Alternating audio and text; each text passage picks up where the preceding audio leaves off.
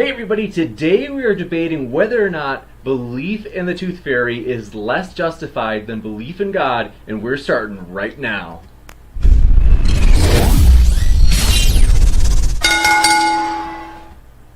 Ladies and gentlemen, thrilled to have you here. If you can let me know if anything's wrong with the audio.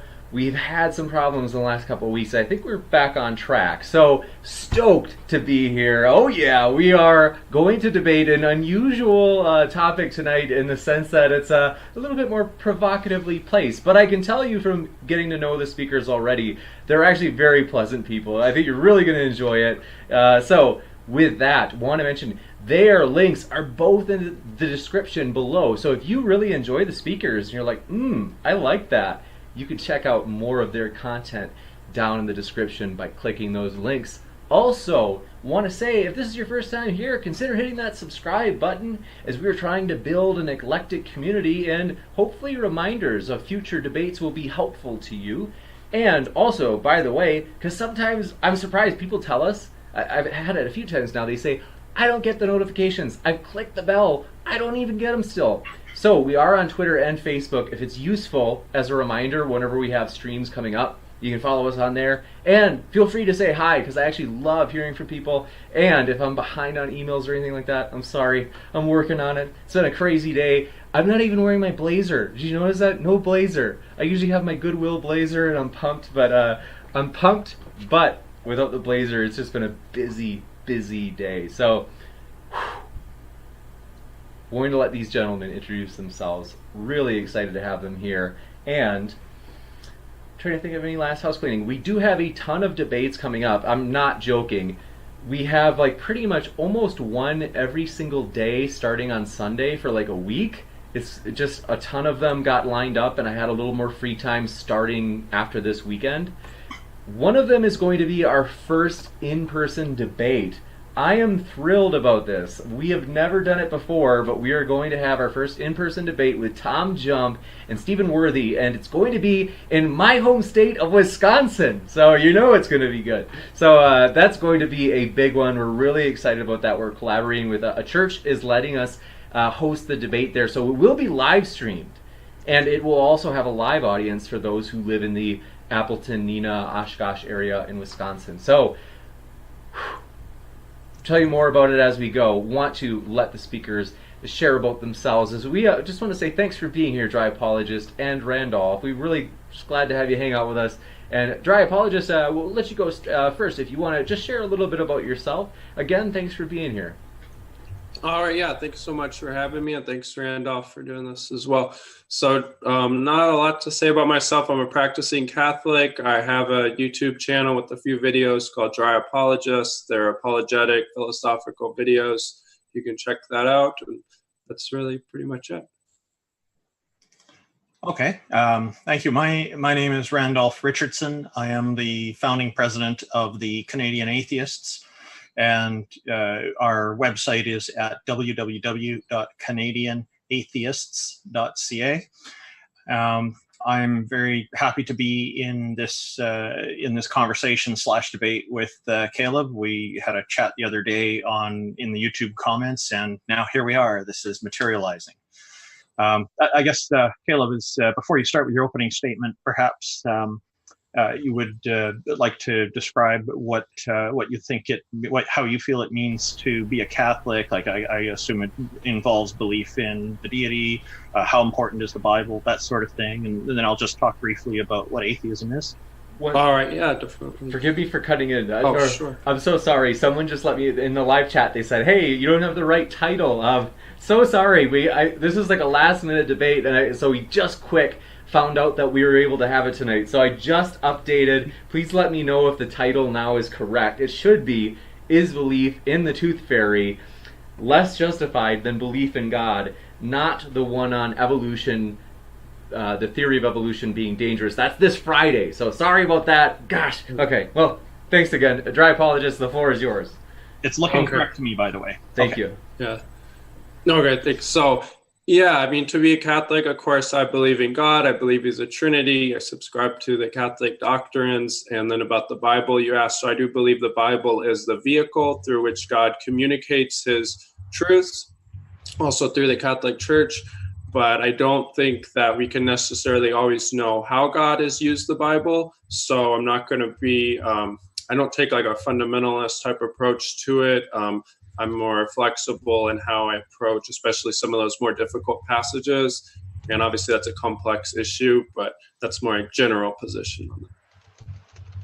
Okay. Thank you very much. I'll just talk briefly about what atheism means to me then. We are, as atheists, we are, I would say, absent of belief in deities. I don't like to use the word lack because I feel that it incurs some baggage implying that something's missing. So, and it is a polysemous word, so it can be used in different ways, but most fundamentally, this is what it means. And this is what we promote with Canadian atheists in our attempts to bring an end to the unmitigated vilification of atheists worldwide, and especially here at home. Although we seem to see a lot less of it here in Canada than in some other countries, it still does occur, unfortunately. I'd like to see vilification of any group kind of brought to an end, because I don't think it's very helpful. So thank you. Yeah. I guess you have an opening statement. Okay, yeah. So with our discussion, yes, this will be interesting. So comparing the belief in God and belief in the tooth fairy and the rational justification for either one. So I don't think that it's rationally justified for an educated adult to believe in the tooth fairy, but I do think it's rationally justified to believe in God. I actually think it's the more plausible position to hold, though I don't think somebody is ignorant or unintelligent or uninformed if they are an atheist, but theism is what I consider to be the more reasonable position. But in the contrast with that and the tooth fairy is there are several points. So first, there are a number of people who claim to have experienced God or experienced miracles.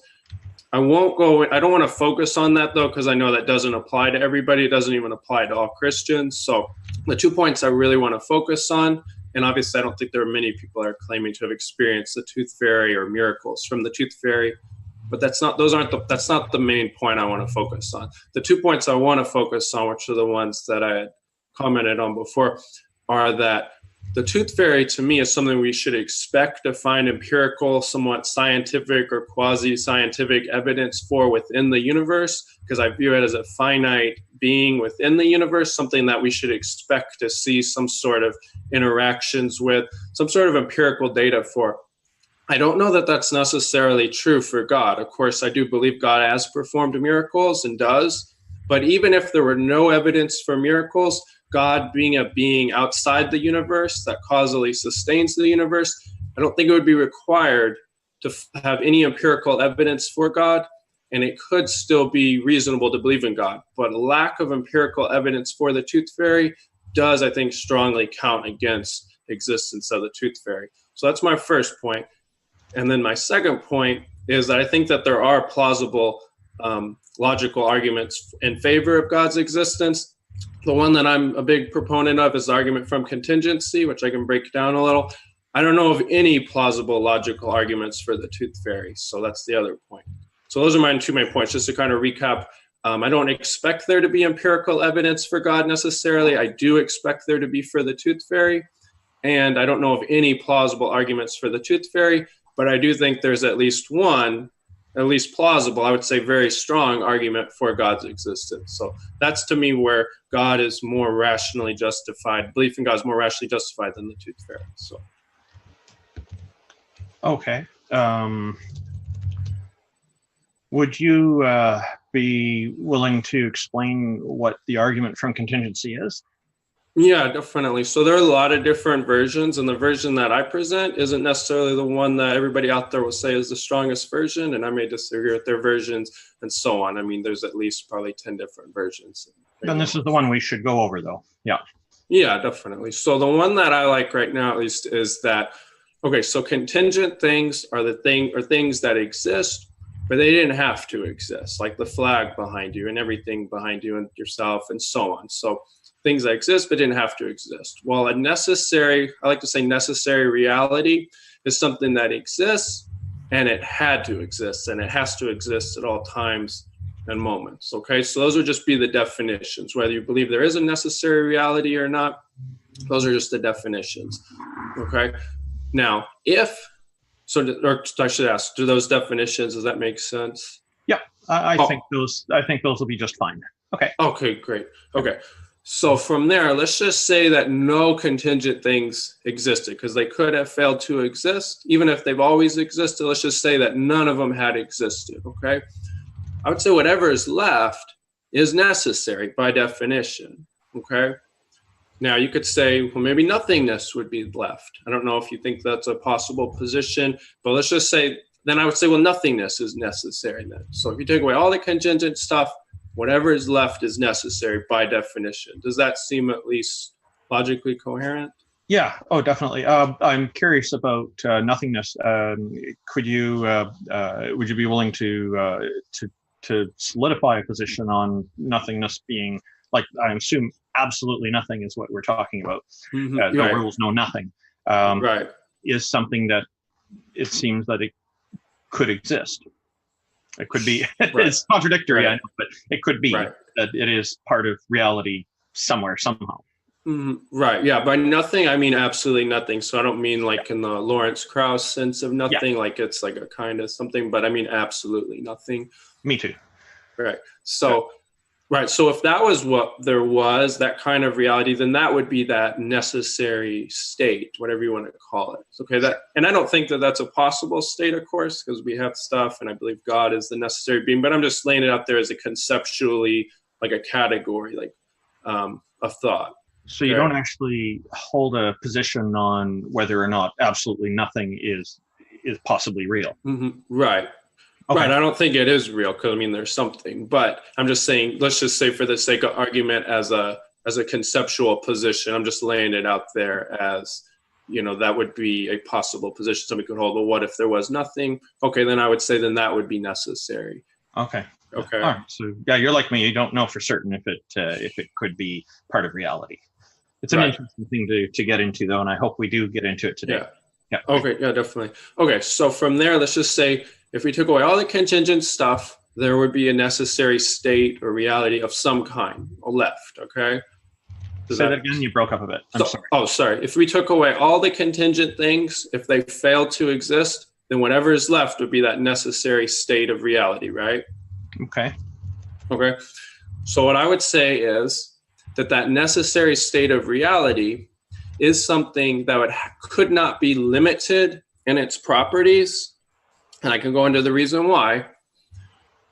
And an unlimited reality or unlimited state of reality is what we mean by God. That's just, so something that has no limits on its properties is something that would, by definition, have to be all-powerful, all-knowing, couldn't be limited by space or time, so spaceless, timeless, therefore immaterial because it's not limited by space, and matter is a material configuration. And I would also argue all good, although that's going to need some unpacking.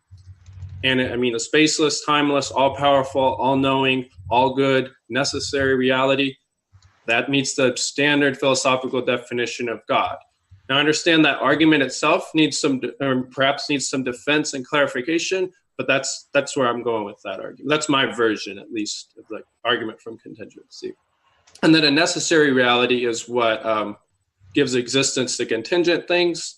It's that more fundamental stratum of reality, because it's what exists with if all the contingent things didn't exist. So again, that's what we mean by God. He's the necessary reality that gives existence to everything else. Oh, okay. Do you think so? Do you think it's possible for these contingent things, to exist at some point and then completely disappear? Not like change into something else, but just be completely gone. Yeah, disappear. Yeah, I think that's possible. Yes. Oh, okay. Can you give me an example of something that would qualify as that? Sure. And when I say it's possible, I'm not committing to the position that is the case, but I'm saying it's possible. So like, for example, like the flag behind you, at one point, it wasn't there. Somebody stitched it together. But of course, the particles that make it up, they existed. And you could hold that those particles have always existed. And I'm fine with that because I would say that those particles are contingent. They could have failed to exist. Now, I know there's going to be comments right now saying, well, how do you know they're contingent? And this is what I'm going to say. I'm already going to beat them to it. If they're necessary, that's fine. They can argue that particles are necessary for the sake of argument, but then there's that next premise. The necessary reality can't be limited by anything. Well, particles have limits. They can no longer be the necessary reality. To me, that's the key point in this argument, is why would the necessary reality have to be unlimited? But I think once somebody accepts that premise, I think you have to grant that God exists. Okay? Or at least, I know I need to unpack some of the attributes, but something like God would have to exist. Do you think, like, obviously, from my perspective, reality is necessary for my existence. And this is probably, I think, what most people would reasonably agree on. You agree with that, right? Right. Okay. Do you think reality itself is necessary?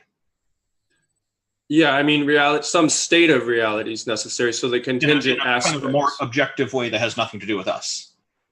Mm-hmm. So let me clarify on that. What do you mean by reality? Do you mean that some form of existence, or do you? Let's say our whole cosmos is our whole cosmos, which is to us reality. Is this necessary? I don't think so, because the cosmos itself has limitations. But kind of like when I was saying that the particles, you could, for the sake of argument, argue that they're necessary, and then we move on to the next step. You could, for the sake of argument, say, well, maybe the cosmos is necessary. And by cosmos, I assume you mean like space, time, multiverse, or whatever. Yeah, sure. All of that. That's yeah. my understanding. That's the standard of what it means too. So yeah. We're talking the same language here, so that's good. Yeah. And I would say, for the sake of argument, like, that second premise of the argument where you're like, okay, a necessary state, there's some necessary state of reality. At that point, you could say that's the cosmos, and I'm fine with that. It's when we get to that third step of the argument where then I say, well, the necessary state of reality has to be unlimited, where I would say the cosmos is then ruled out. Oh, okay. As the necessary reality. So there is this interesting thing. I guess we're kind of venturing into what happened before the cosmos, before the universe, before everything.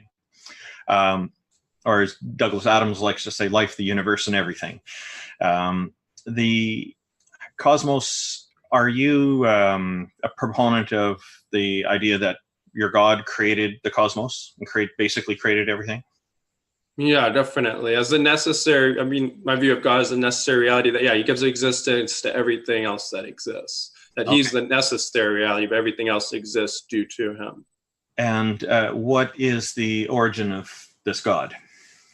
So so a necessary reality is something that has to be, it couldn't fail to exist. And for the sake of argument, you could argue that's the cosmos, right? You could say the cosmos has no origin. And at that second stage of the argument, I'm fine with that. So once you grant there's a necessary reality, that necessary reality can't have an origin. It just exists due to necessity. It's just that ground level, the most fundamental layer of existence. Okay. So I don't think God has an origin. So. Okay. So are you thinking that the cosmos has an origin? Right. Yes. Okay. If and that origin being God, how can we know that the cosmos is not the actual thing this has been here all along, and is just as necessary as what you're thinking is the God? Sure. Yeah, that's a good question. So I want to clarify 2 points on that. One. Thank you. Yeah. So one, I do think the cosmos had a beginning in time, but right. But even if that weren't the case, I'm going to leave that on the table for this argument, because the traditional contingency argument and the one I'm presenting actually is independent of that conclusion. Because even if the cosmos has always existed, if it's not the necessary reality, it exists due to a necessary reality. Okay. So there's a dependency. Exactly. Okay. So that's where I'm just going to be agnostic for the sake of argument, whether the cosmos had a beginning or not, because I don't think it affects the argument. Oh, okay. I'm curious, though, just as a little aside, do you believe that the cosmos is dependent on God? Oh, right. Yeah. Everything other than God, I'm arguing, is dependent on God. So everything other than the necessary reality is dependent on the necessary reality. And since I'm arguing God's a necessary reality, therefore everything is dependent on God. Well, I think that this would actually be an important thing to explore, because there are a lot of people who I think would see the cosmos as an alternative to God, as a competitor to it, if you will. So I do think it's relevant, and I don't think I could really dismiss it so easily. Oh, right. No, I agree. So going back to the argument, so the stage one, I find the terms for contingent and necessary, and that seems to be well enough.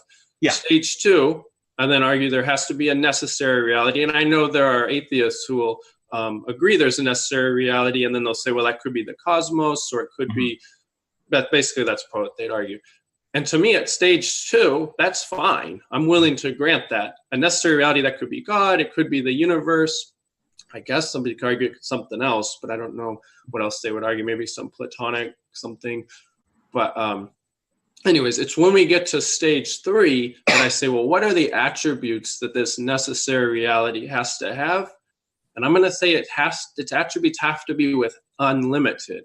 And that's where the cosmos theory, to me, falls off the table. At stage two, it's fine. God and the cosmos are competitors for the necessary reality in terms of what's going to conclude this argument.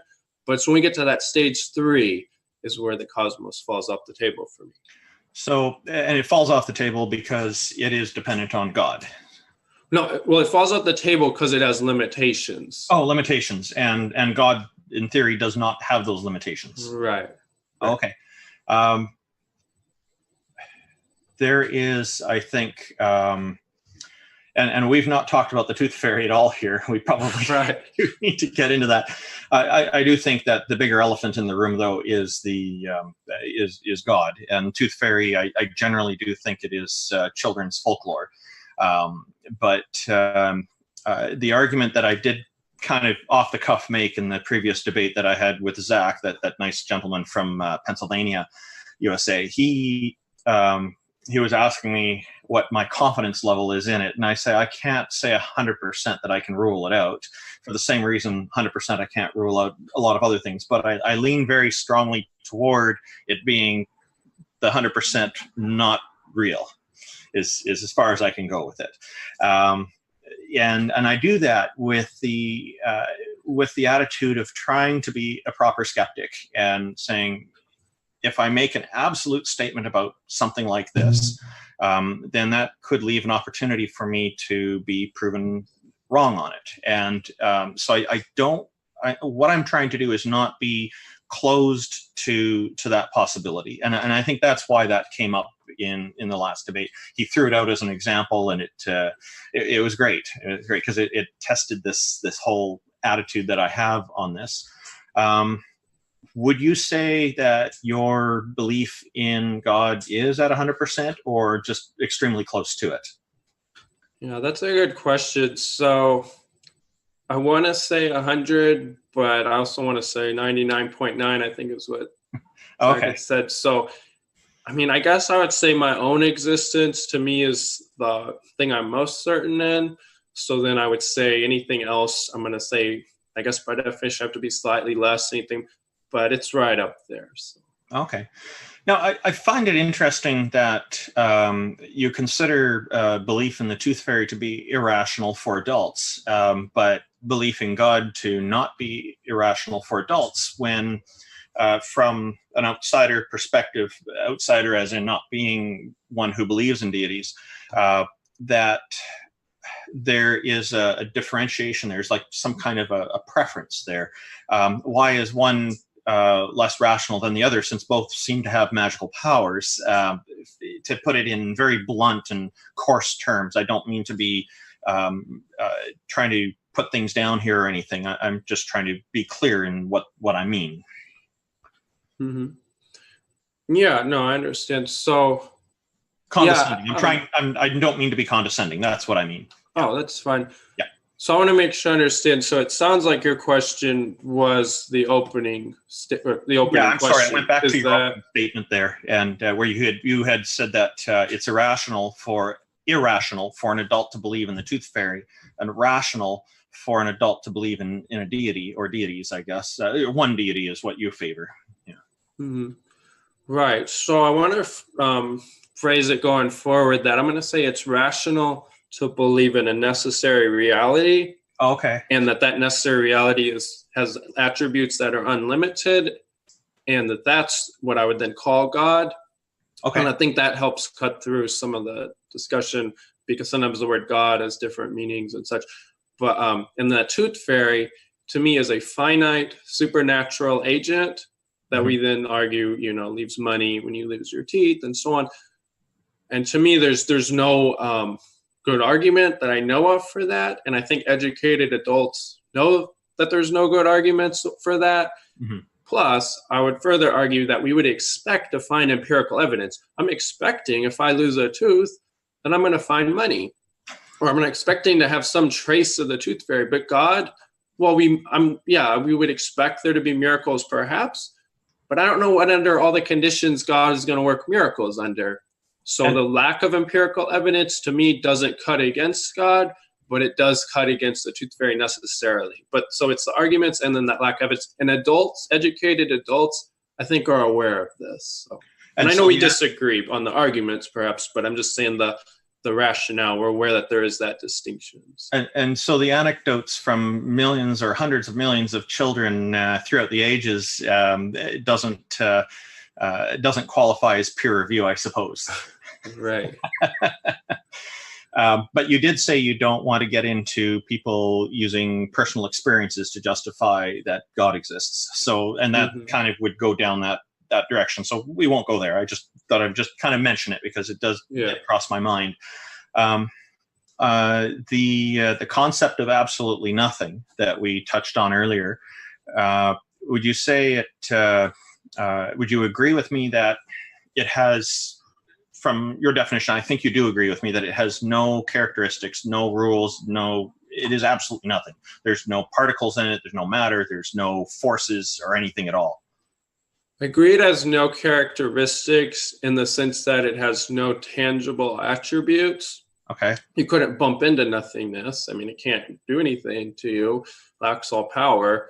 But I don't want to say that it follows no rules, because I'd say any state of reality does follow the laws of logic. Not because the laws of logic are some governing force, but because they're just they're necessary. So I view the laws, and I know a lot of atheists will agree with me on this point too. The laws of logic are descriptive, but not prescriptive. So I don't think they exist out there in some Platonic realm and they make things fit. But I think that everything does have to obey the laws of logic, including the state of nothingness, if it were real. Okay, so the absolute nothing as you see it, I think doesn't quite fit what the definition I'm thinking of would be logically absolutely nothing, because you are imposing some constraints on it in your view. Logical constraints, yeah, but not physical constraints. If this absolute nothing would be outside of time, space, and the cosmos, like God is, why should it have those constraints? Well, I would argue that God has logical constraints as well. Okay, so God does not, so in your view, God does not have omnipotence? Let me clarify on that. Yeah, I believe God has omnipotence. So, but I would say that that's still curtailed by logical limits. So like, I'm sure you're aware of like the stone paradox. Can God make a stone so heavy he can't lift it? Yeah. I would say no. I would say he is limited by logic. Again, not because logic is something outside of him that's holding him back, but because logic is the tool that we conceptualize to understand things, and God obeys works within that parameter as well. Oh, so I would say because God didn't create that. Right. I wouldn't say, it's not created. I don't think the laws of logic, again, they're descriptive, not prescriptive. So they're not something that's come about, and they're not something that has like causal powers. They're something that help us understand reality. because reality just has to obey the laws of, like, and it's hard to even make an analogy about this. I would say that the laws of logic are just conceptually necessary. So by omnipotence, so omnipotence is kind of a tricky word to define. The way that I define it is not that God can do anything, because then you can bring up the stone paradox. It's that God has no limitations on what he physically can bring about. So he can create any type of stone, but a stone that is so heavy that God can't lift it is a logically impossible stone, and God can't do logical impossible things. So anyways, so it's an argument that I've heard that one before, and I generally don't like to bring it up because I think it's like it's cliched nowadays, and it's cliched in not the best way. Although it's a good point, but although it is an interesting paradox for a philosophy class, I suppose. So I wonder, how do you know that these limitations are imposed on your God? Is it defined in the Bible, or is it defined in some other reliable source? Has this thing been tested? Okay, so to me, there are 2 points there. So one, while I do believe the Bible is God's vehicle for communicating revelation, as I said at the beginning, I don't think everything has to be found in the Bible to know about God. And there are several reasons for that. But so I want to make that point. And then the second point is that, sorry, you made a second point. So it was about the Bible and... Or if there's other sources, what might they be? Other sources. Right. Oh, the testable was the point you made. How do you test it? Okay. Empirical aspects. Yeah. Yep. I don't think... And I think you said he's outside of the empirical requirement. Exactly. Yeah. I don't think everything has to have empirical evidence to be justified in believing in it. And I would want to know a reason why it would have to have it. Some things do need empirical evidence. Like I think the tooth fairy, to believe in it, I think it does need some empirical evidence, or at least a strong logical argument. I think it has neither, of course. But I think that if something has a strong logical argument, that's good enough. And I would say that I don't know why something would have to have empirical evidence. So you don't think that, so if you think it's logical to require empirical evidence except for God? I would say it's logical to require empirical evidence if there is no strong logical argument in favor of it, and if it's something that we would expect to find within the universe. Because only something within the universe could we expect to find empirical evidence for. At least I would say that fits what we mean by empirical. It's sensory. It's something that we can interact with. So like, to use a parallel example, I know of no logical argument in favor of the Grand Canyon's existence. And by definition, the Grand Canyon is the empirical type thing. So if there were no empirical evidence in favor of the Grand Canyon, then that would count against its existence. But if the Grand Canyon were supposed to be something outside the universe, if we didn't have empirical evidence for it, I wouldn't expect there to be. Okay, so to say that there's that you're not aware of empirical evidence for the Grand Canyon doesn't mean that there isn't empirical evidence for it, though. Right. No, right. There can be empirical evidence for God, and I think there is for some people, but I don't know that there is empirical evidence for everybody. So, to me, that's where I'm going more. We have the logical route. We have more the philosophical arguments. So, do you think there's a logical argument for God?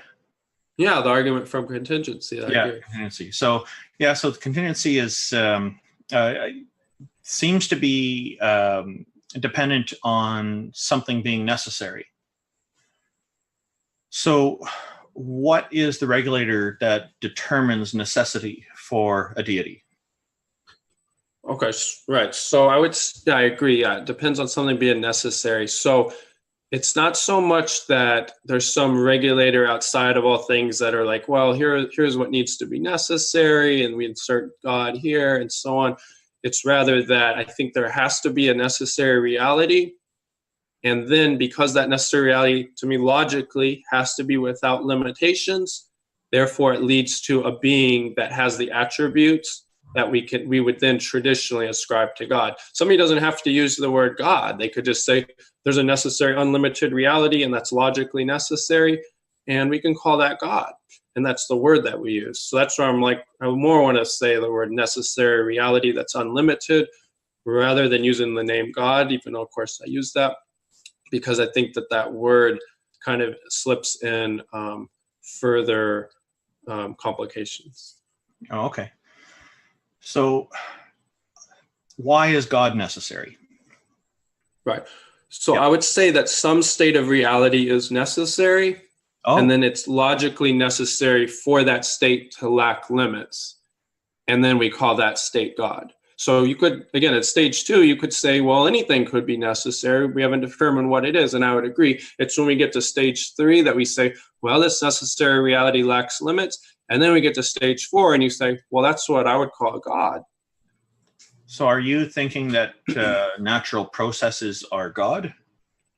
No. Okay, so that's not it.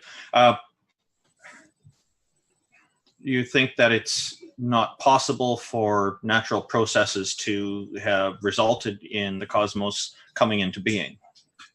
Well, can you define what you mean by natural processes? Something that just, I guess, happens naturally without some kind of conscious deity is part of the mix, guiding it or something. It's just sort of like the scientific theory of evolution, which seems to be a natural process that just takes a very long time. Sure. Okay. So I guess to put some paint to this or flesh on that structure, what that might be, I guess you could say, could there be some multiverse type thing outside of our cosmos altogether that's produced it, and you could call that a natural process? Is that what you have in mind?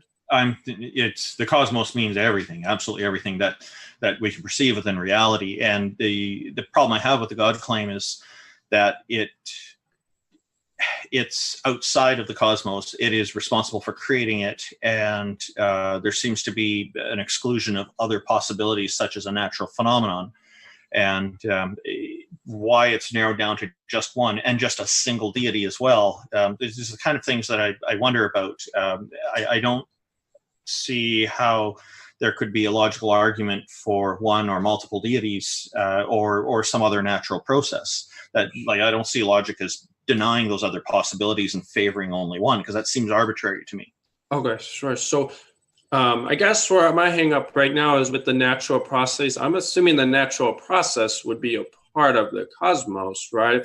I don't know how it could be a natural process and stand outside the cosmos. So I don't know where that's a logically possible alternative. Okay. So like assuming that the cosmos didn't exist at some point and started to exist, I guess is what I'm thinking. What would have triggered that to happen? Would that be a natural process, or would that be some deity? And people very often argue that that would be outside of time, and there was no time before then. And one of the logical problems I have with that is, in order to have change, you need to have time. It kind of change necessitates time. It depends on time. Otherwise, you don't have a change of things happening. So I don't know where you stand with where time fits into outside of the cosmos or not.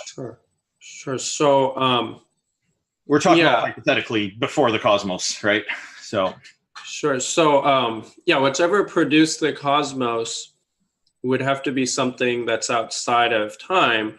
And I'm going to argue that necessary reality has produced the cosmos. And again, since I'm going to be agnostic for the discussion whether it had a beginning in time, this necessary reality has to give existence to the cosmos, and that the necessary reality stands outside of time. I don't see a logical contradiction in something timelessly causing something, but let's just say that there is a logical problem with it. I'll grant, because I recognize there is a conceptual difficulty with it. I don't see the problem with the necessary reality interacting within time to produce that. So I do think the necessary reality stands outside of time in its prior state or prior condition. But let's just say, for the sake of discussion, that when it produces the cosmos, it has to interact within time. I don't see a problem there. Yeah, I find that hard to accept. One of the alternatives I consider for a deity as a possibility that seems to be making more sense to me, because the question of where did this deity come from, of course, comes up. The point of absolute nothingness, as I was describing it, no rules or regulations at all. It's absolutely nothing. would also, as I explained to Zach in the previous conversation we had, there seems to me that it wouldn't be possible to predict what could erupt from it as well. And that could be, I suppose, an example of a natural process. Because as soon as you can predict how absolutely nothing will behave, you've now put something on it to say, okay, there's a behavior here, there's some set of rules or some logic that applies. It's no longer absolutely nothing because it has these characteristics. Okay. Right? So yeah, let me address. And I see that as being a reasonable competitor to an all-powerful deity who puts everything into motion as Sure. a kind of a natural process alternative. Okay, yeah. So I want to clarify two things. So one, you just used the word puts into process. So I want to make sure that for the listeners, they understand that I don't just view God as somebody that like kicked the ball, 6 billion years ago, but rather a necessary reality that's sustaining everything in each and every moment of their existence. But I just want to clarify that.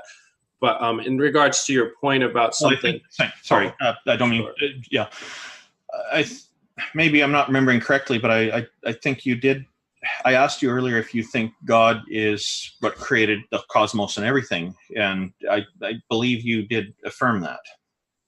Oh, absolutely. Right. Okay. But I want to affirm that I don't just affirm that. I don't think he just, because, like the deist type conception, like that God caused the Big Bang or got everything going and then stepped away and he's not doing anything now. I'm not getting into that aspect of it. Right. I just want to make sure. Yeah. I want to make sure for the audience, they don't think that's what I'm arguing. Because sometimes people do think, oh, you must be arguing this. I want to make sure that's not what I'm arguing. Okay. So when you could, because you've affirmed that that your God created the cosmos and everything, I guess when I said put things into motion, I was trying to put it in a gentle, as eloquent as I could way of saying God is the creator of all that.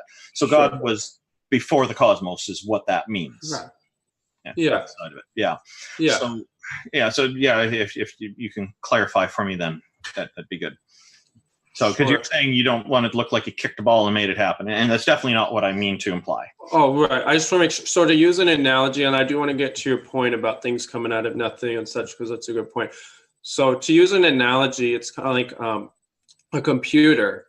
A program runs on the computer. Now, I think that program started at one point, okay?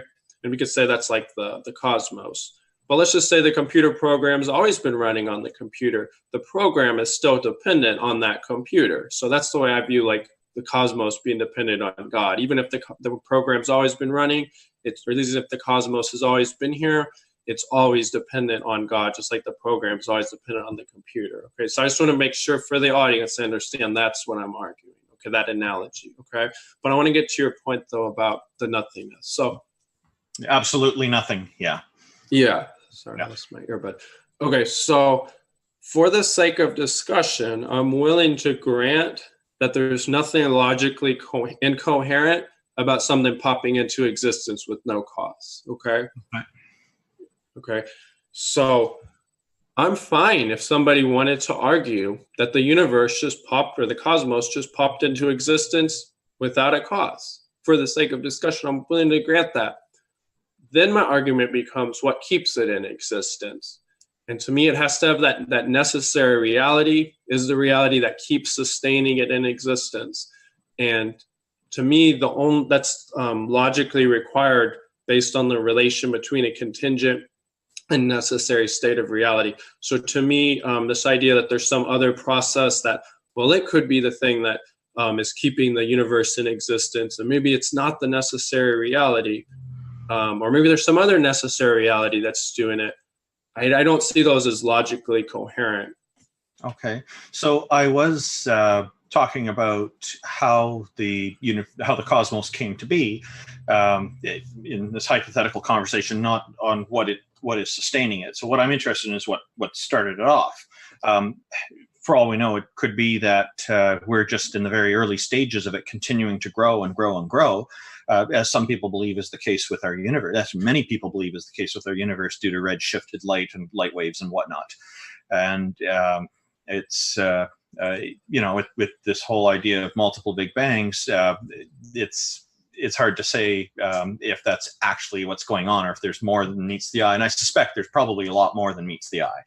But I'm just very interested in, this seems to me would be, I guess, qualify as a natural process, something erupting out of absolutely nothing because it can't be predicted. And here's the result we have.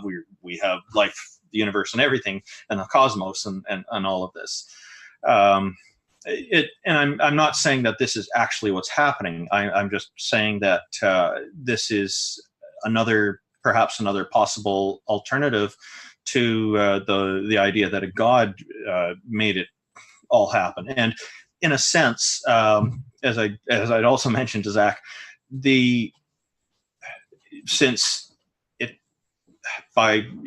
we couldn't predict what could possibly erupt from absolutely nothing, logically, perhaps it's possible that the deity erupted from absolutely nothing and then did make it happen. I know I'm kind of working against my own argument here, but I suppose I couldn't completely rule that out either, in the interest of being objective. This would bring an interesting revelation, for lack of a better term, to the idea that God was not indeed the very first cause, and God himself had a cause. So, okay, what are your thoughts on that? Right.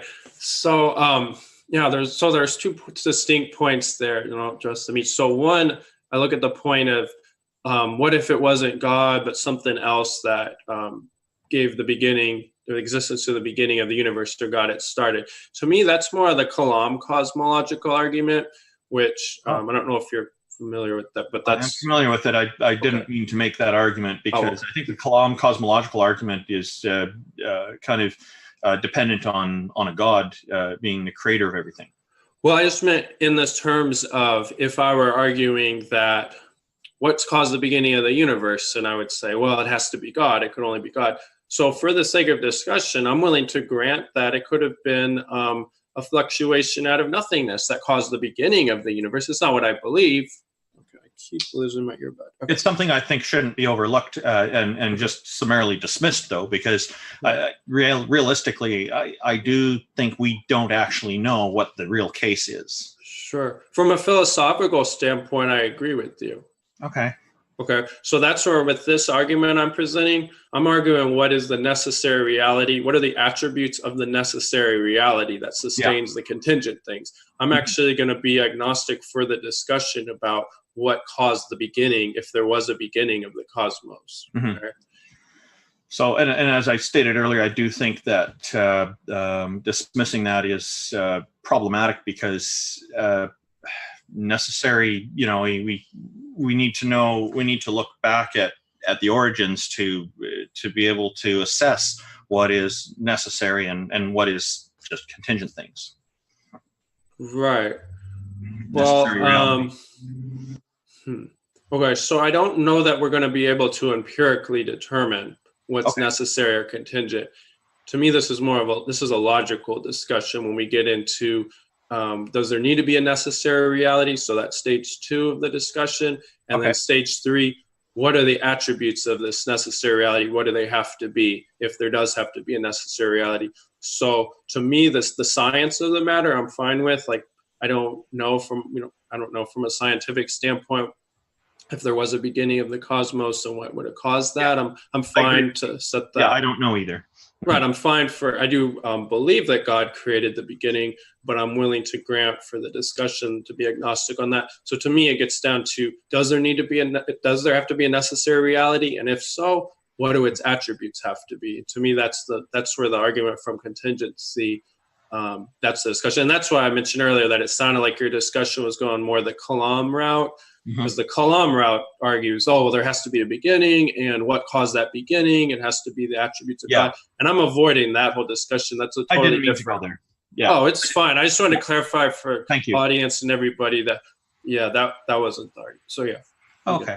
So for the second stage, you're saying it's questioning what actually is necessary, and the third stage being defining what those attributes are. So did you want to talk a little bit about the second stage or the third stage? Whichever order you want to do is fine with me.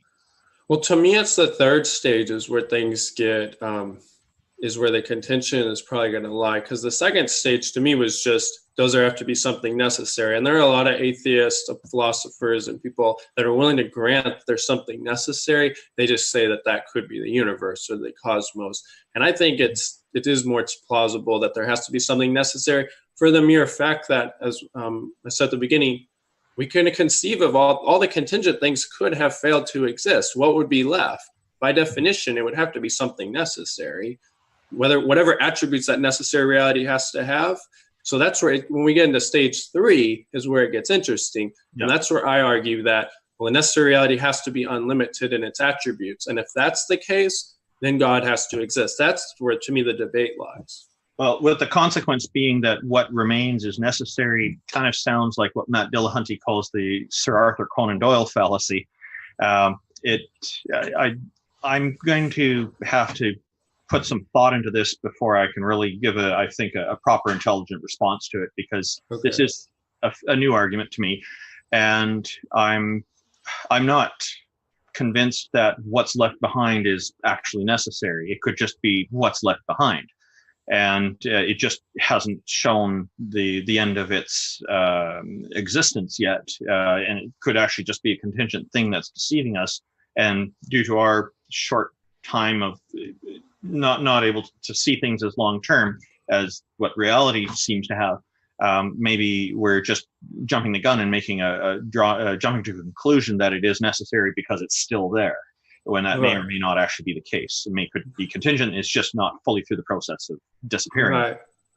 I agree with you in the sense that we shouldn't prematurely jump to the conclusion, oh, well, this is contingent because we haven't seen it go out of existence yet. But so keep in mind that I'm saying, if you take the things that are contingent, like, and say we don't know what those things are, but let's just say that there are contingent things.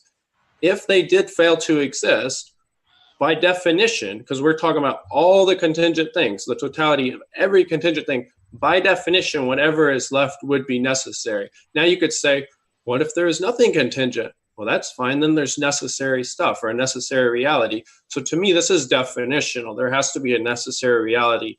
And that's where I get to stay. And I understand, I'm curious what you mean by the Conan Doyle objection. I'm not familiar with that. I'll just quickly look it up. Sure.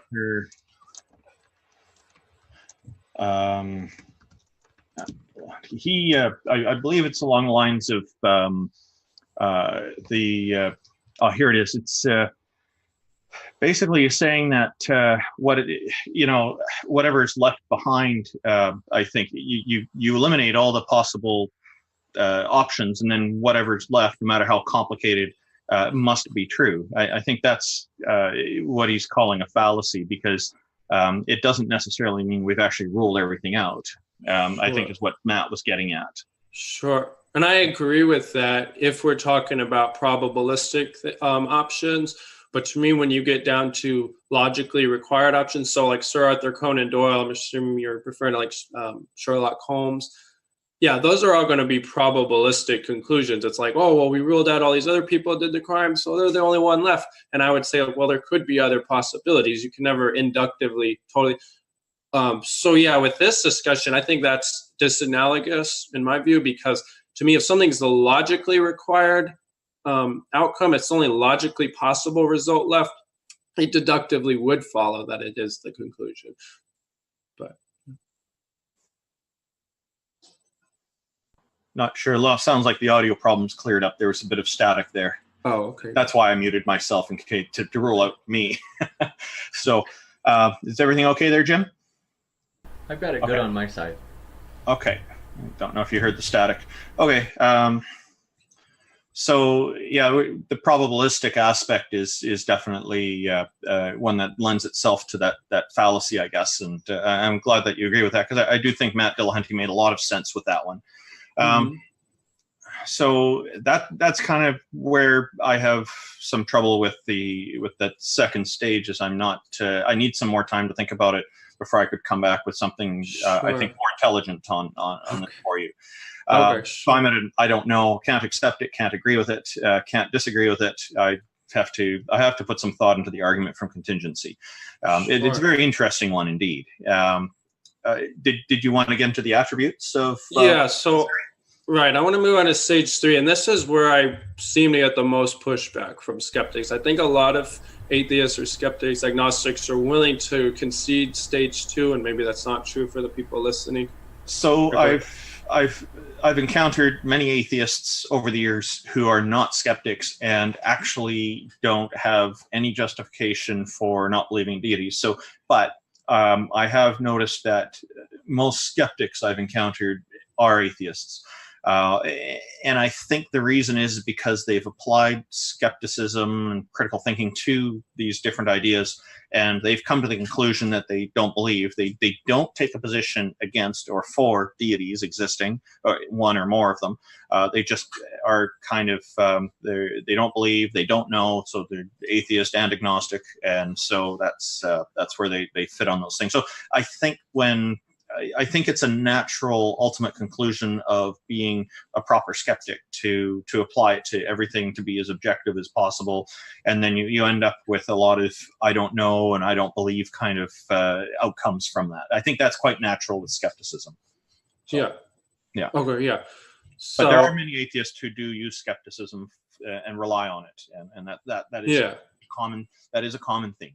Right. I was more just, throwing out just a general label of non-believers in God. So, or people who lack belief. So looking at stage 3, and this is where I think it gets more, or I think I'm going to receive more pushback, or at least need more clarification. So the necessary reality would lack limitations in its attributes. So I think that there are a couple of reasons for this, but the one I want to offer is that there's nothing outside of the necessary reality that would limit it, with it being that necessary ground level, most fundamental dimension or aspect of reality or existing thing. So to me, the simpler conclusion, and the one to me that logically follows, is that it's unlimited. There's nothing outside it to limit it. And somebody could say, well, maybe it just happens to have limitations. Well, if it just happens to have limitations, that's contingent, and now it's a contingent reality. Okay, so that's where I'm going with that. So. Oh, okay, yeah. So anything that has any kind of limitation, and that would be any kind of rules of reality would be an example of a limitation. Physical rules, but again, logical rules. The rules of logic, I'm saying, do apply to everything, not because they exist outside of the necessary reality. I don't think the laws of logic exist. I think that they're conceptual tools that have to apply. To help us to understand reality. Right, there's no possible reality that lacks the laws of logic, is what I'm going. That's kind of how I see time, is not as a traversable dimension, even though it's very conveniently expressed that way, which is very useful for scheduling and all sorts of other things, but and measuring the speed of change and speed something moves and changes and whatnot. I see it as more of just something we observe, kind of like logic. We observe it. It's phenomenal part of reality. I'm not sure on my position on time. I think it's complicated, and I think that time does have a kind of reality, but I know there's a lot of debates about what it is. So certainly I think science fiction has brought up a lot of paradoxes of time travel that make it quite an interesting thought experiment in many, many ways as well. Right. So the attributes, the main thing is, you've mentioned the attribute is that physical limitations are contingent, are contingencies. Mm-hmm. And but you make an exception for God, saying that God is not limited physically, even though it sounds like God does have some limits when it comes to how he can operate logically. So he wouldn't be able to make certain things happen in a certain way because logic wouldn't allow it. So he does have these certain limitations on this. Right.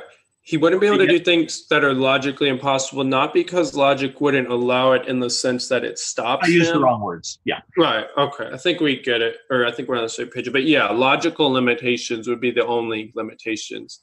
And moral limitations, but I would say the moral limitations, so like God can't lie or God can't be unjust. But the moral limitations flow from the fact that he's a morally perfect being. Now, I said at the beginning, that's where it gets really complex, because that's to me, that takes some unpacking, but I would argue that as well.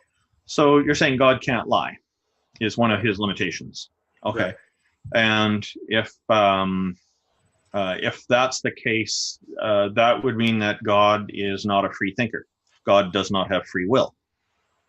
That's interesting. So I don't think that being able to do evil, and let's just say that lying is evil for the sake of argument at least, I would say that doesn't negate free will. So free will, it doesn't require being able to do things that would be evil. Free will requires to be able to make a choice between two alternatives. And I would say that not all choices are moral choices. So like if God chose to create the universe or not, I would say that's not a moral choice. If I choose to eat ham or bologna sandwich, that's not a moral choice, and so on. So I don't think free will some vegans might disagree, and sure. But we can think of free choices that are at least seem non-moral, and I would say that you could still have free will, and even though you can't will evil. So this is the point that I disagree on, because if somebody has free will, then they can make those decisions on whether or not to do something good or bad. I'm walking down the street and I can choose whether or not to help somebody who's fallen down and gotten injured by accident. It sounds like you're saying God can't choose not to help them, basically. Right. God would be morally obligated to do God would be morally confined, as it were, to always do the right thing. Now, does God have omniscience? God knows everything. Right. Okay. So if that's the case, I think it would be fair to presume logically that if God is omniscient and knows everything, then God will know when somebody's getting injured in a precarious position here, and then would be morally obligated to help them, especially if somebody did some bad things and kicked a person down the stairs and they're down there bleeding to death, got hurt seriously, and then God should be morally therefore obligated to intervene and help them so that they don't die off, and help them at least be able to get up on their own will and start recovering. But as we see in reality, and there's many police cases where somebody's been left to die somewhere by their attacker, and they ended up dying because nobody was there to help them and no God intervened. So I find these moral limitations are either not being applied, or God really does have free will and is choosing to not fulfill those obligations. Sure. Yeah. And so those would be part of my objections. Right. So yeah, the problem of evil, and so this gets really complex, and I've done a couple of videos discussing the problem of evil, and I can go on a long time about it. So forgive me, I think just want to let everybody know we'll go to Q&A in probably maybe 5 minutes or so. Okay. And sorry to interrupt you guys. This would be a good place to end in this particular part of our conversation, I think. Do you think so, Caleb? Yeah, whatever. Yeah, that's fine. Okay. I'm very curious to know about why you think that my objection is not consistent with logic, perhaps, or go ahead with what you're going to say. No, your objection makes a lot of sense. So I just want to rehash where we're at with this. So God's all powerful, so he can stop somebody from getting injured and so on. He's all knowing, he knows about it. Well, I wasn't saying he would stop them from getting injured, but right. But he should. But after the fact, somebody's been injured and left there for dead by their attackers, and they're in a serious condition. God would know that they're going to die. They're not going to survive. So therefore, God should intervene and make sure the coagulation is accelerated so they don't lose a lot of blood and they can get themselves to get some help. Right. And that's where I think that there's a problem. If God can't lie, or God is obligated to be providing this assistance, and is not doing that, then God is choosing to allow somebody to suffer and die, which I think is abhorrent if they has the power to make these physical changes and help them. Right. It has the omniscience to know how to do it competently. Right. And I agree, God knows about it. And I agree, we would have the moral obligation, if it's in our power, to help somebody in that way, to do it. Yeah. However, and I know this is going to get off, something that's going to go beyond what we have time to discuss, I think God has other moral obligations that supersede those, and that's why he doesn't intervene in those situations. Are you meaning like God is too busy, doesn't have enough time? Because I don't think that would be the case. Right. No, not that he's too busy, not that he's busy doing other stuff, but that he has other moral obligations. And I know this is, I'm not going to have enough time to unpack all of this, but obligations to respect free will and so on. And that leads to a universe where God doesn't always intervene in all situations. And I have a couple of videos that somebody can watch. Sure. There's going to be more questions on it, but I did a debate last week with Skylar Fiction on this. I have a video on the problem of evil. I've left tons of comments on those videos. There's more that can be said, but I do have a response. Maybe you can send links to those videos to Jim so he can include them in the YouTube video description. Sure. Here. So I'm thinking somebody who is a victim of a violent crime is tossed down the stairs and left to die. That sounds like a pretty major thing that God could easily intervene in and deal with. It sounds to me like this is more of an excuse for God to ignore it, and kind of wishful thinking. And I think it would be, I think it's important for anybody who believes in this God to question it and to maybe even confront and say, you can do better than this. This is not good enough. This is a victim who they're exercising their free will. Their free will is not intending to get attacked and get left for dead.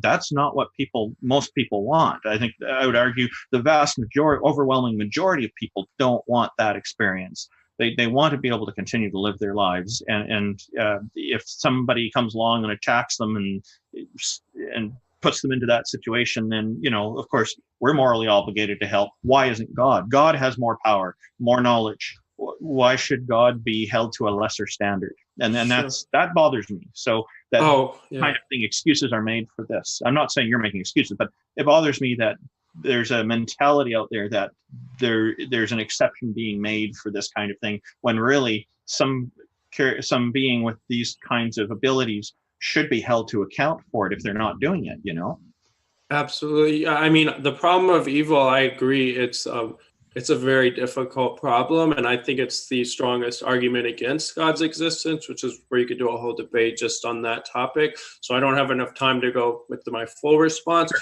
But let me just throw out this, and this isn't a full response. We have a moral obligation to keep that person alive as long as we can, but we're working within the universe. If somebody dies and God has the power to take them to a better reality, then it seems like God is fulfilling his obligation. Now, I don't think that explains everything about the problem of evil, but I think there is that component to consider. And that component is making a presumption that there is it sounds like that there's an afterlife that will be better somehow. But, doesn't people want to continue to experience this before moving on? They've got more things they want to do here first. Shouldn't that be taken into consideration? A person has free will. Wouldn't a loving God want to support that and enable a person to have that second chance at life, to continue and get the maximum out of life that they possibly can, and continue to enrich the lives of their loved ones, and on and on. Sure, but it does. But if heaven is real and there is a God who's created it, that logical possibility does seem to provide an undercutting defeater to the idea, what's God doing? And you're saying, well, there may not be a heaven, but we're working with the hypothesis that there is. And to me, that does provide at least an explanation there. But I definitely agree that the problem of evil is a difficult problem. There's a lot more that can be said about it. But in that scenario, I do see that as a rejoinder. Maybe we should have a future conversation about that and talk about the existence of heaven and hell. And I'll even bring a meme that I've shared around a few times that references the Bible and explains that heaven is hotter than hell, and see what you think. I'll send you a link to it later. And we can have some fun with that, but we can get serious about the ethical and moral sides of it. If you like, I'm game. Definitely. Yeah, definitely. Hey, Jim. Thank you. If you're okay with questions, I'm okay with it. Or did you have any questions for me, Caleb, before we go on? No. I don't. And these discussions could go on for centuries, which they have. But yeah, I'm good. We can keep talking at a later point. All right. Well, thank you guys. Questions first? It's been enjoyable, and I think it's been enjoyable also, not just in addition to the content, but that you guys are so respectful of each other. I can tell you guys are both seasoned debaters. You don't get all riled up and disturbed by the debate intensity. So with that, excited to go to the Q&A. So this is going to be a good one. I got a lot of quick ones that I want to go through, and then if anybody has any other questions that they have and want to have added, you can just put an @ModernDayDebate in the live chat, and then we will add it to the list. So Super Chats, by the way, I forgot to mention, Super Chats go to the top of the list, and also Super Chats, you can make a comment toward one of the speakers rather than just a question. And so we'll start with Super Chats. Steven Steen, oh gosh. He says, he's a local troll. He just... Fantastic. Sexually Thank you for being here. Sexually harasses me all the time. He says, James and I once touched bellies. No fairy tale. I can assure you that is a fairy tale. We have never touched bellies, but I appreciate your super chat, Steven Steen, you sicko. So, next up, fully automated luxury LGBT plus transhumanist space and com.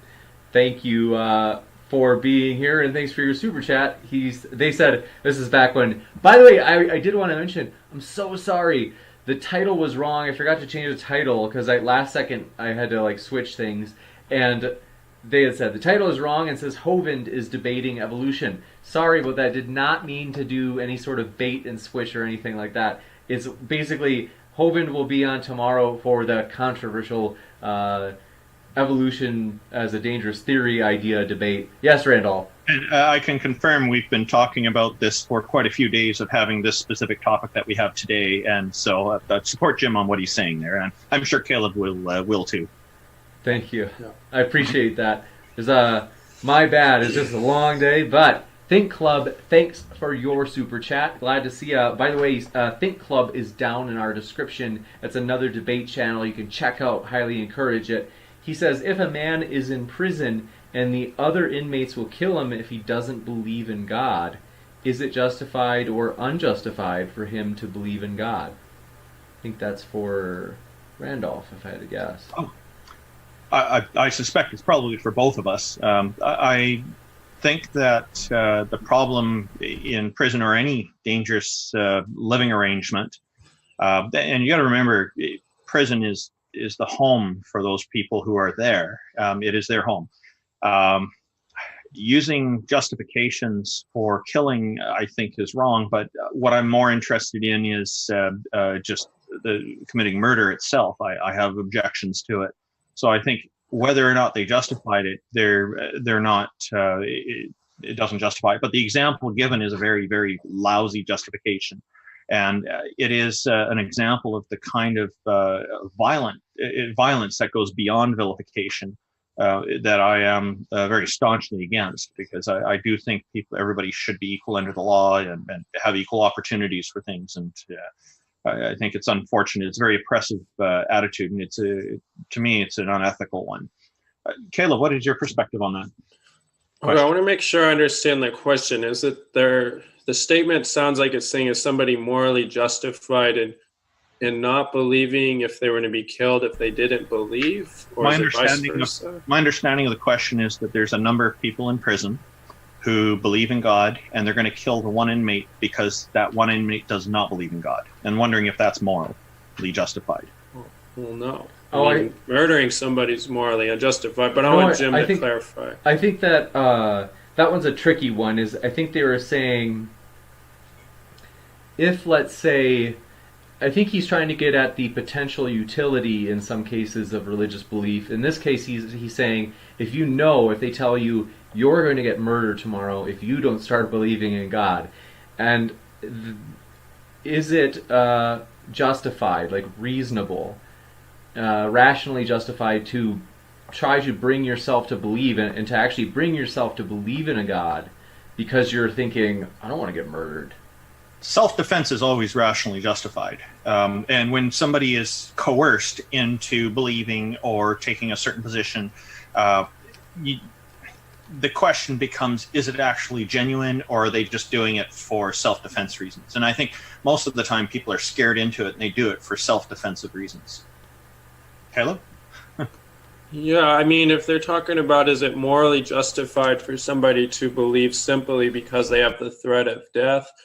I mean, I don't really know how to comment on that question. I mean, I would say that obviously the scenario, if somebody's going to kill somebody, that's wrong. Is that other person morally justified to then start believing in God? I don't know why that would be wrong for that person, but I think they mean like rationally. So like justified in the way like rationally speaking of like, am I justified in believing like the lights are on in this room? And I'd be like, yeah, like my empirical sense tells me so. So that, like I have a good reason.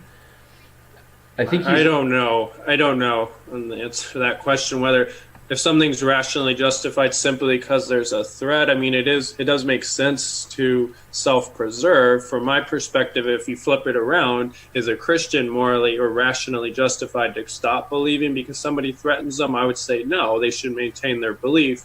But I can't comment on that for a non-believer because they're working with a different set of beliefs in that regard. So.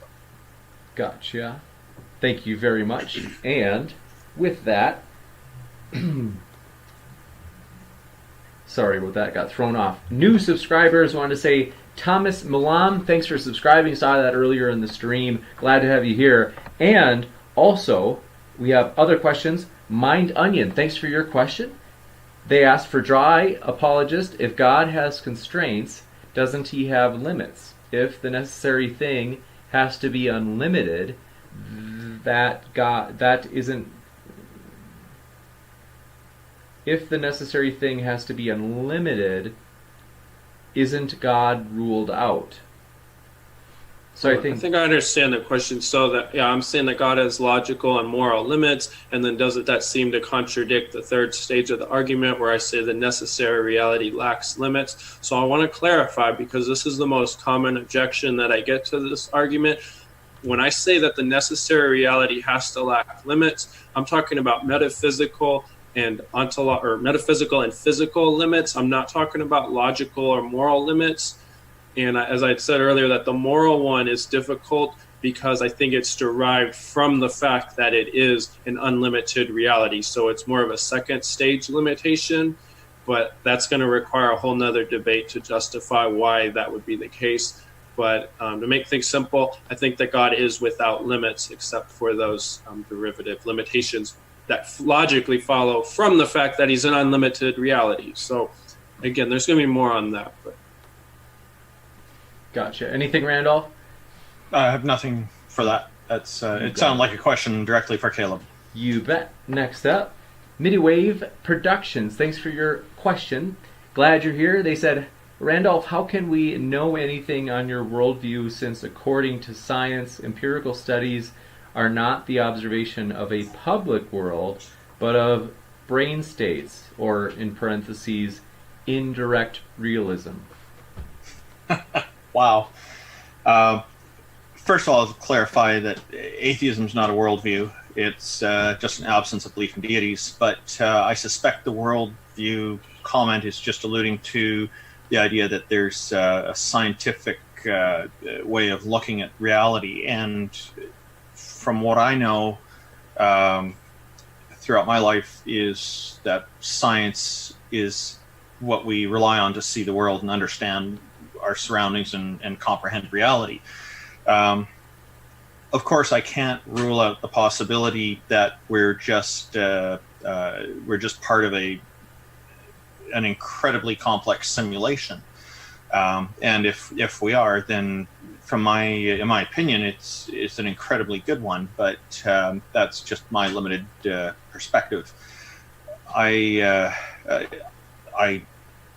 don't know for certain. I can't rule that out. But from what I've seen, I believe that I'm living in reality and interacting with it, and that things are very consistent. So I am making an assumption, yes, that reality is what it is, that it is.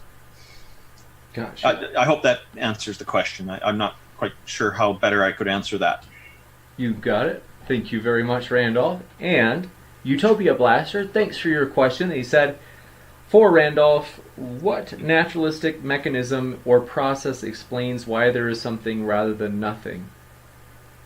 Okay, so there is a presumption there that there must be something rather than nothing. And I'm not convinced that that's actually necessary. I am going to be looking into the argument on contingency that Caleb has introduced me to, because that'll give me some further things to think about. But I don't actually have an answer. I don't have some kind of explanation for that, because I'm not convinced that it's necessary for there to be something rather than nothing. Maybe if they want to clarify the question, I can go over it again a little later. Maybe I'm not quite understanding them right. Gotcha. Thanks so much. Next up, Brenda let me make sure. Von Assen. Brenda's been here before. Good to see you, Brenda, and thanks for your question. It was for Dry Apologist, and it is, if God exists outside of time and space, is it not accurate to say that he exists nowhere at no time? Yeah, I mean, I agree that he doesn't exist within a given location or a given point in time, because he is outside of space and time. But if by that they mean that he doesn't exist, I wouldn't agree with that terminology, because if you're spaceless and timeless, then yeah, you don't exist at a specific point in time. Rather, he's omnipresent. He's causally present at all points in time, but not dependent upon those points in time. So I agree essentially with what they said, but I'm wondering if they mean something else by it too. So. I just have one quick question for you. Is God powerful enough to not be omnipresent if he wants to, or does he not have a choice in that? So since I'm arguing that he has to be an unlimited being, it would be logically necessary that he would have to be all-powerful, so he couldn't fail to be all-powerful. However, omnipresent. Oh, omnipresent, that too. So he couldn't fail to be omnipresent. However, I also believe that he did unite himself to within the world as a human being, as Jesus. So in that sense, Jesus in his humanity is limited to a specific space and time, but the divine nature is not, and that would be logically necessary, is my position. Thank you very much. Next, Thank you. JMD Apologetics 101, glad to see you. They asked, this is the first time I think we have more questions for an atheist guest. This is, wow. They're coming after it, Randolph. I hope I can answer them. It's John asked, what would Randolph consider as evidence for a proposition as true, and what would that consist of for God? And he's got a two-parter, so I'm going to just let you answer that first one, and then I'll jump to part B. Okay, so what would it take? I guess, would it be fair? I think they're asking, what would it take for convincing me that a deity actually exists? I think I think that's how I understand it. Does that make sense to you, Jim? I think to be, let's see. Yeah, well, so it's kind of a... I think they're asking, like, what the proposition is, kind of throws a bit of a curveball on it. It's it seems to me they're asking, what would it take to prove to me that a deity exists? Yeah, I think that's basically it. So I did actually post about this on Twitter quite a while ago, and so the question was, what would it take to prove to me, an atheist, that an all-knowing and all-powerful deity is real? And then I said, basically, what it would require is to grant to me omniscience and omnipotence for about a week, so that I can verify this for myself and explore the universe and all that. The only revision I would make to that would probably be to ask for a fortnight rather than a week, just because I think 2 weeks would be just more fun than 1 week. You got it. Thank you. What was the part two? Part two is, what should we expect on the God hypothesis from this perspective of, I think is kind of what you've already answered, from your perspective on like what it takes to believe something is true. So if you feel like you've got that, we can move. But yeah, I think one of the problems is that I've encountered is there's an awful lot of people who will believe things because it fits with their own perspectives and their own opinions about how things should be, or they believe it because it appeals to them somehow and they just want to believe it. They like the idea of it. They fall in love with it, or somebody has sold the idea to them and it sounded very convincing because the person was confident, charismatic, or whatnot. The problem is that there are people who will jump to conclusions that, oh, okay, so this must be it because nothing else was. Oh, science doesn't have an explanation for how the universe actually began before the Big Bang, so therefore it must be God, or whatever it is they've been convinced it is. They're limiting to just one possibility rather than remaining open to different possibilities. So I think embracing doubt is a very important thing to do, and I've noticed that many religious organizations will promote the idea that doubt is problematic, and doubt is something that should be rejected and discouraged. But I think doubt is actually a very healthy intellectual tool for us, and we should do that. And I think if you really honestly, genuinely want to know that your belief is correct, then doubt and critical thinking are probably your greatest allies in being true to yourself in that. Gotcha.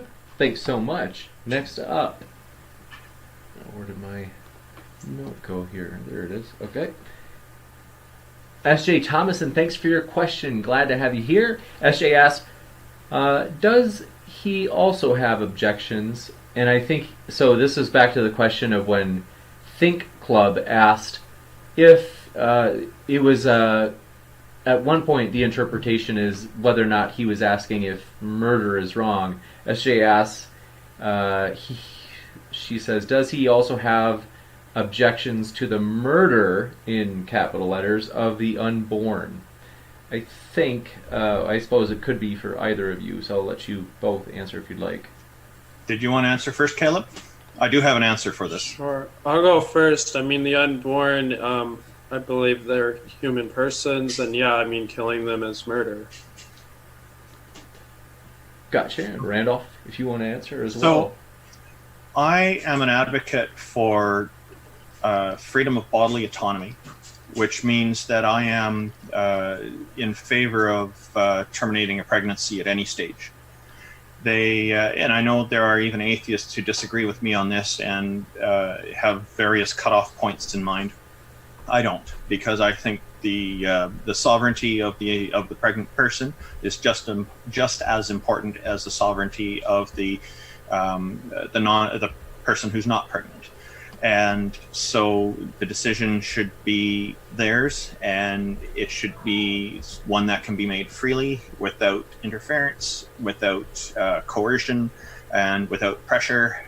They should have the right to do this, because when we start taking away a person's rights to bodily autonomy, we are, as a society, as Alabama is doing right now in the USA, is basically relegating them to a slave class through forced birthing, and making them a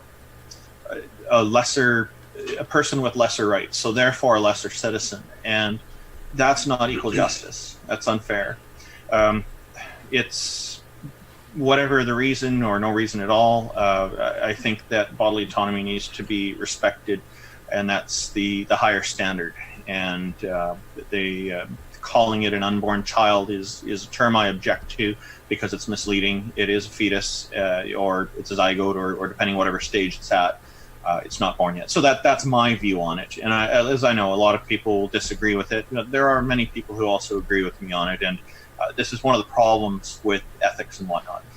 With regard to murder, I'll just elaborate a little bit. I do think that capital punishment is unethical and immoral. And so places like Texas, USA, that have capital punishment, as far as I know, I disagree with them. And I think the state is systematically murdering people. And so I object to that. I hope that's an answer that answers SJ's question appropriately. You and got fully. it. Thank you very much, Randolph. And next up, our last question. Kilodoggy1, thanks for your question. Yes, it is. Didn't realize it until I read it. So for Dry Apologist, if you were God, would you create beings capable of torturing each other, or would you not allow them to have that freedom? I mean, the question would be, if I were God, I mean, if I were calling the shots, I would not, but I don't have the knowledge or the attributes that God has. So my position, like on the problem of evil, which I recognize is a really complicated issue, is that if I really were in the position of God, I would do exactly what God does, because that is the most moral thing to do. Not in terms of directly, like as if God is in favor of evil and suffering, he's not, but in terms of how he has created the universe, that is what's morally required of God, and we're just not in the state to fully appreciate that. We can argue for why it would be the case, but it really doesn't matter whether or not I would do it or not. So emotionally, yeah, I'm like, no, I wouldn't want that, but at the same time, that doesn't mean that God isn't morally justified. You got it. Thanks so much from both of our speakers. We really appreciate you being here. It's been a blast. And before giving our final goodbyes, I want to mention we are thrilled. I just loaded this in. The debate tomorrow between Kent Hovind and Mr. Archaeopteryx. So this is the one that we had loaded earlier today. And that's going to be a blast. It's going to be tomorrow. It's going to be epic.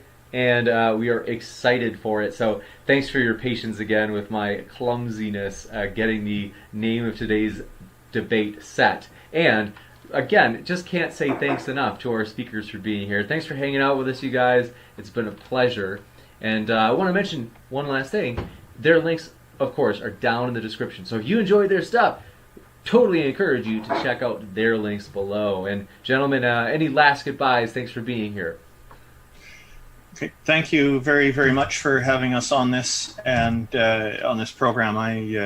It's always a delight to be here. You're an excellent host, and it was wonderful to converse with you, Caleb. And I know we don't agree on everything, but I think overall we had what I consider to be a very constructive conversation, and I found it quite interesting, especially a lot of the perspectives you shared were fascinating.